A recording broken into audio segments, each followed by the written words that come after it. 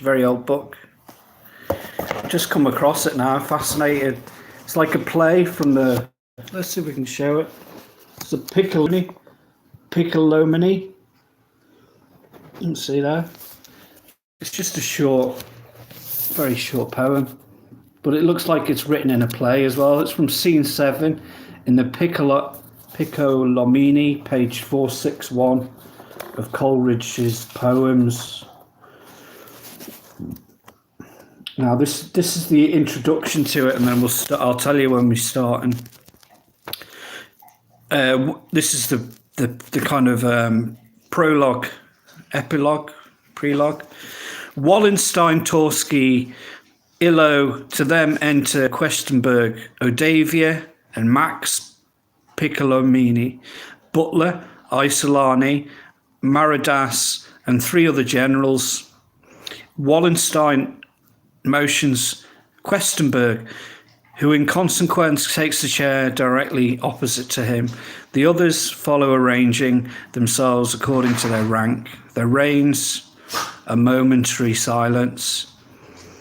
Now here's the intro. This is from Wallenstein. Obviously all these characters are present during the reading. Wallenstein says, "I have understood, 'tis true, the sum and import of your instructions, Questenberg, have weighed them and formed my final absolute resolve.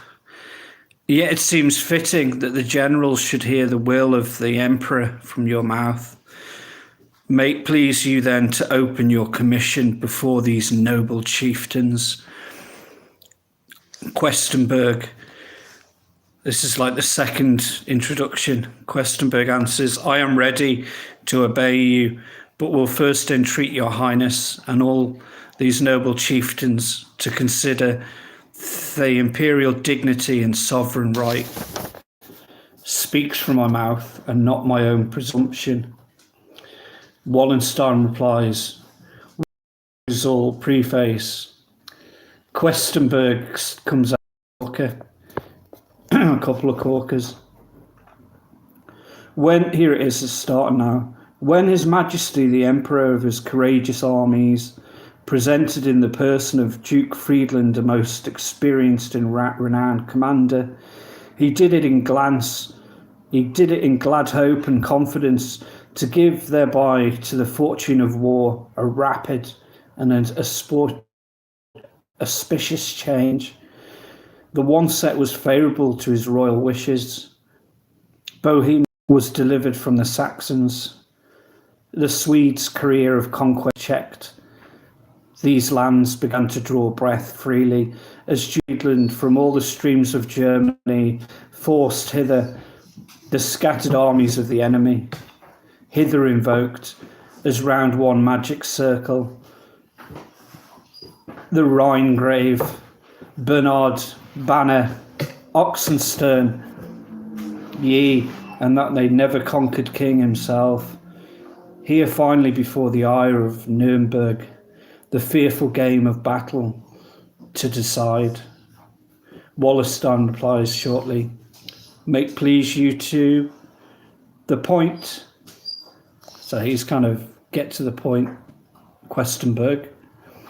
In Nuremberg camp, the Swedish monarch left his fame, in Lutzen's plain his life, but who stood not astounded when victorious Friedland, after this day of triumph, this proud day, marched towards Bohemia with the speed of flight and vanished from the theatre of war, while the young whiner hero forced his way into Franconia to the Danube, like some delving winter stream, which where it rushes makes its own channel.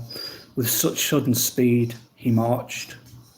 And now at once for Regensburg stood to the affright of all good Catholic Christmas. Then did Bavaria's well-deserving prince entreat swift aidance in his extreme need. The emperor sends 7 horsemen to Duke Friedland. 7 horsemen couriers send he with the entreaty. This is brilliant, this bit. He super adds his own. He super adds one word.